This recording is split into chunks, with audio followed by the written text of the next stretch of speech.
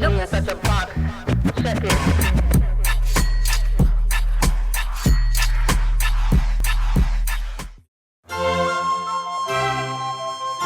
Salut à tous, ce soir c'est l'événement rue Boissy d'Anglas dans le 8e arrondissement à Paris pour l'inauguration de la boutique éphémère de Zaya Dehar. Et vous allez voir, Zaya c'est devenu un vrai phénomène puisque de nombreuses stars se sont déplacées pour la voir et surtout pour découvrir ses nouvelles créations de pâtisserie mais aussi de lingerie.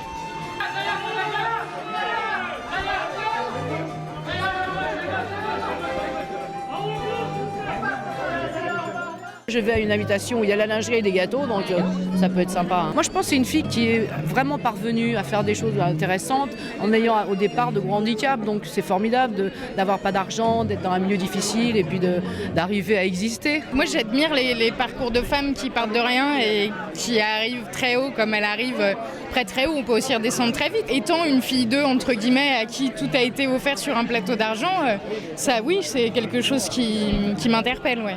L'endroit est très joli, c'est comme elle, qui est complètement surréaliste, qui est un espèce d'extraterrestre de la féminitude. Écoute, c'est un mystère pour moi, j'arrive pas à m'expliquer ce parcours. Elle a quand même 20 ans, quoi.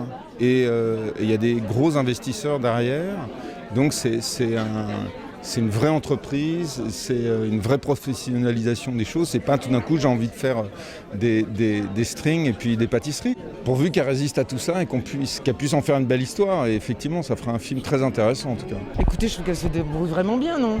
Et à la fois, je trouve ça mérité. Les gens, je pense pas qu'on ait du succès quand on le mérite pas.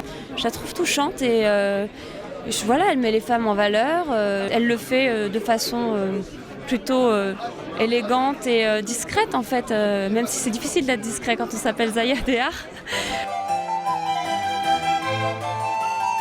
Ça me rappelle les grandes demi-mondaines du 19e et du début du 20e qui avaient pour amant les plus grands princes et qui étaient vraiment des femmes qui faisaient la vie intellectuelle, qui faisaient la vie parisienne.